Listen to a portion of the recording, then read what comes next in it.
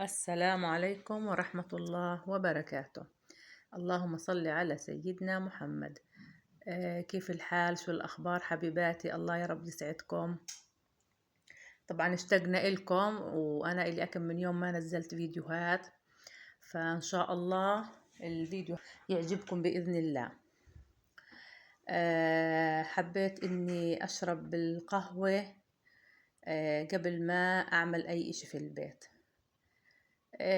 زي ما حكينا، سبحان الله بتعطيكي نشاط. يعني الرياضيين كانوا قبل ما يبلشوا بأي رياضة هم بدهم يعملوها كانوا يشربوا قهوة الصراحة، لأنها بتعطيهم نشاط.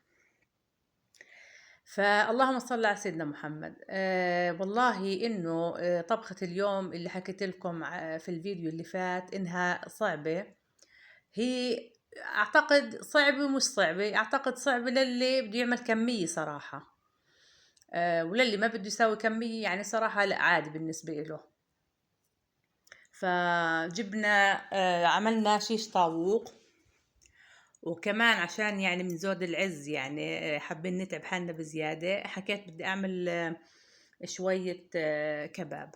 ف جبنا السفاية ونظفناهن، نقعناهن ونظفناهن بالليمون، وهسه بدنا نحط البهارات.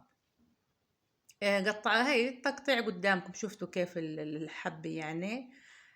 طبعا البهارات اللي انتو بدكم اياها حطينا: هيل، بصل ناعم، ثوم ناعم، بابريكا، حطينا فلفل اسود، بهارات، هيل، حطينا ليمون، حطينا لبن، حطينا مية بندورة.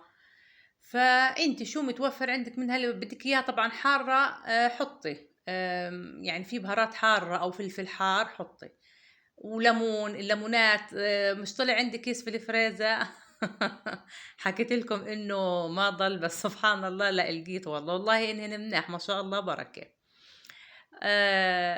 طبعا هاي المكونات كليتها بدكم تخلطوها. طبعا حكيت انا ملح، يعني ما تنسوا الملح كمان. كليتها بدها خلط، وبدكم تحطوها بالثلاجة تقريبا، يعني يفضل قبل بيوم، وإذا يعني ما بتلحقوا يعني بحدود الساعتين ممتاز. طبعا أنا جبتهن أخليتهن من العظم، وحبيت إنه الجوانح يضلن، عرفتوا. حتى برشت هون، يعني حطيت أنا بثومي بودرة، بس إني حبيت والله أحط ثومي بزيادة طازة، يعني أحلى وأزكى. فاللهم صل على رسول الله. هسا حطيناهن على جنب بعد ما تبلناهن. هسا بدنا نعمل الخضار اللي بدها تنحط مع في العيدان يعني. طبعا العيدان ما تنسوا انه العيدان تنحط بماء قبل بوقت، عشان ما تتكسر وما تغلبكم وما تنحرق بالفرن. هيها ف يعني في ترتيبات بتكون قبل بوقت عشان ما تتغلبوا. يعني أول مرحلة شو هي؟ إنه قطعنا الدجاج وتبلناه. المرحلة الثانية نقعنا العيدان.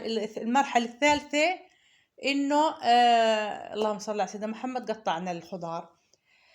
هسا عشان سبحان الله أنا يعني كيف بدي أحكي لكم، هي ما فيها لي ولا دهن ولا كذا. أنا حطيت شوية زيت زيتون على الوجه. يفضل لو في عندكم مثلا لية تحطوها بين بالعيدان، يعني بين الخضرة بين السفاية. شوفوا ما شاء الله الكمية كبيرة، شفتوا. طلت فطر، حطيت بالقاع فطر. طبعا كل الصوص اللي نزل من الدجاج حطيته وين؟ في الصينية. حطيت ورق زبدة لأنه رح تنحرق يعني الصينية. قلنا يعني أقل الأضرار. حطينا ورق الزبدة وحكينا صفطنا فيهن العيدان. طبعا هاي فيه حطيت بطاطا بندورة، شايفين هالبندورة حاب.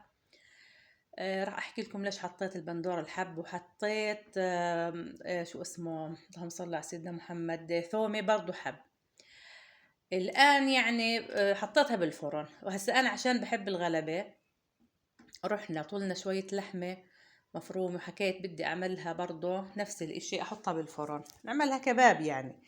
ولا طب ندق على هالسطح شوية نار ونعملهن فوق وخلص وخلصت وراحت. بس انا غلبت حالي. فسبحان الله. هسا حطينا فلفل اسود. يعني هسا اللحمة سبحان الله بدهاش كثير بهارات، لا يعني حطيت شوية فلفل أسود، وإذا عندكم مثلا إبهار المشاوي بس، ومثلا شطة حارة بدكم تحطوا حطوا. حطينا بقدونس، حطينا بصل برشناه كله على الناعم. وهي شوف ما شاء الله نفس الإشي، يعني كبكبناهن وحطيناهن برضو في الصينية. حطينا تحتيهن خضار حتى إنه ما فهسه اللهم صل على سيدنا محمد. جينا حطينا الصينية بالفرن، يعني بعد نص ساعة إلا الغاز مخلص، اضطريت إن نشتري جرة ونحطها وين على الفرن العربي اللي برا. فسبحان الله الفرن البوتاغاز اللي هو في المطبخ عن جد بغلب. وأثناء التحمير بدك تدهنيها بنتفة زيت ونتفة سمنة عشان إيش تعطي هيك دسم وزكاوي للدجاج. هسا البندورات اللي طلعن اللي شويناهن هاي اللي شايفينهن، حطينا البندورة وزيت زيتون وشوية ملح وشوية اللهم صل على سيد دبس الرمان ومية بندورة، كله خلطناه. وبعد ما خلطنا الصوص بمحضرة الطعام دهنا فيه أرغفة الخبز وحطيناها بالفرن. طبعا بتحطوا فيها هاي تكون حارة، لا تحطوا فيها فلفل يعني بتطلع حارة بتطلع ما شاء الله. وحطوها بالفرن اللي تتشوح اللي هيك تحسي وجهها قحمش شوي. هاي ما شاء الله شفتوا ما أحلى، ما شاء الله هي طلعت الصراحة زاكي زاكي بس متعبة كثير لأنه فيها مراحل كثيرة. اللهم صل على سيدنا محمد. والله إن أكلات طلعن ما شاء الله. فيعني سبحان الله هو اللي بده يعمل كمية قليلة ما أظنش رح يتعب هالتعب. هو أحكي لكم بشكل عام والله العظيم إنه الطبيخ متعب، يعني بدك تفوتي المطبخ بدك مراحل كثيرة فيه. مع انه سبحان الله ابني حكى يما خلينا نشويهن على السطح وبلاش تتغلبي، قلت له لا لا هدول بسرعة بسرعة بخلصن. بس سبحان الله اللي حسبناه غير. اللهم صل على سيدنا محمد. أكلناهن بالعافية والحمد لله رب العالمين. ثاني يوم طبعا مش نفس اليوم حكينا بدنا نعمل هالطبق الحلو خفيف يعني وبارد، والله أني زمان ما عملته حتى.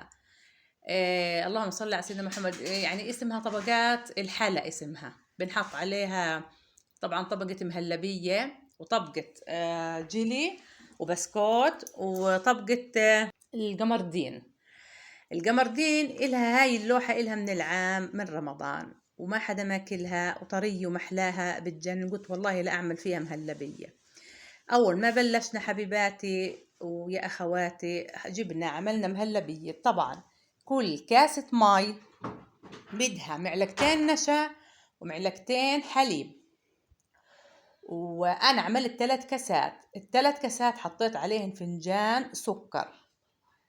ف بدك تضلك طبعا كمية قليلة، هي مش كثيرة يعني مش كثيرة. فهيها شوفوا ما شاء الله. طبعا يعني حطيت كمان معلقتين ماء الورد، بدك معلقتين ماء الورد او معلقتين ماء الزهر. وشوفوا ما شاء الله. طبعا انا ذقتها حالاتها ممتازة بس انا بحبها يعني حلو زيادة، حطيت كمان معلقة سكر.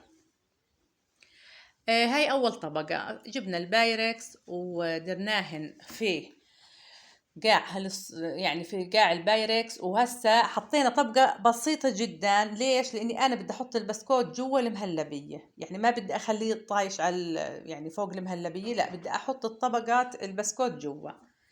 فهسه من صفة البسكوت حطينا طبقة هيك خفيفة. وها شوفوا كيف. اللهم صل على سيدنا محمد. بهاي الأثناء حبيت والله إني أسألكم سؤال إن شاء الله يفيدنا ويفيدكم إن شاء الله. بلكن كل مرة أعطيتكم سؤال إن شاء الله. فهو السؤال اللهم صل على سيدنا محمد. كم عدد أولاد الرسول عليه الصلاة والسلام؟ اللهم صل على سيدنا محمد. عنده ولد واحد ولا 2 ولا 3؟ فأنتوا جاوبوني يعني. وإحنا الجواب طب إن شاء الله للفيديو الثاني اللي بعد هالفيديو، يعني ما بدي أجاوبكم المرة هاي، بدي أشوف أنتوا شو بدكم تجاوبوا. فهينا صفتنا هالبسكوتات. و يعني هي مرحلة مرحلة. يعني أنا حبيت بنفس الطنجرة إني أعمل المكون. فهسا أنا كنت ناقعة القمردين بمي سخنة وبعديها عملته على الخلاط وبعديها حطيته في الطنجرة نفس المقدار، كاسة، كل كاسة بدها معلقتين بس. احكي لكم لا، هسا القمردين سبحان الله لانه مادة هيك لزجة سائلة سبحان الله، لا انا يعني انا زدتها كمان بزيادة، يعني بدل ما احط مثلا على الكاسة معلقتين حطيت 3. انا بدي يعني لانه مش راح يجمد مثل المهلبية، فبدكم تطولوا بالكم. حطينا زي ما حكيت لكم كل كاسة بدها 3 معالق نشا. طلعوا كيف اتطبخت وطلعت ما شاء الله منيحة. ولو قوامها يعني كان شوي هيك مرق نتفة، يعني زي الصوص زاكي بطلع. فسبحان الله لا هم راضيين ياكلوا ولا راضيين يشربوا، حكيت نجرب نعملهم اياه مهلبية. هسا الكاسات هدول المبدأ يعني نفسن، هن كاسات طوال وكبار ما شاء الله. فحكيت انا والمفروض اني صبرت عليهن. هسا حطيت انا اللهم صل على القمردين المهلبية هاي بالميل، يعني ميلتها بالميل عشان لما بدي احط عليها الجيلي يعني يكون النصين بالميل جايات هيك اشي حلو. حطينا هالكاستين حطيناهن على جنب. هسا هون بعد ما حطينا القمردين وخلصنا منه، طبعا بدك تكوني غالية ماي، يعني الظرف الجيلي بده كاسة مي سخنة تحركيها بعدين بتحطي كمان كاسة باردة. بس لا أنا حكيت عشان تثقل شوي يعني ما تكون مرقة، حطيت كاسة مي سخنة ونص كاسة باردة. بعد ما حركتها على السخنة حطيت يعني كاسة، نص كاسة مي باردة. أنا حطيت ظرفين طبعا. هاي شفتوا هينا. بعد بس ما إنه مو كل طبقة بدها تبرد بتحط الطبقة الثانية عليها، لأنه إذا ما عملت هيك كله راح يخبص في بعض ويكون طري وما بيطلعش مزبوط. فأنا الكاسات سبحان الله زبطين، بس لو صبرت كمان شوي عليهن بس ما شاء الله طلعن زاكيات وهيك خفيفات وبردات مع هالصيف. فالحمد لله ونحمد الله ونشكر فضله على النعم اللي احنا فيها. اللهم لك الحمد، هاي كلها نعم. وبتمنى حبيباتي تكونوا استمتعتوا بالفيديو، وان شاء الله الايام الجاي احلى فيديوهات من اللي راحت باذن الله. شكرا لكم حبيباتي، السلام عليكم ورحمة الله وبركاته.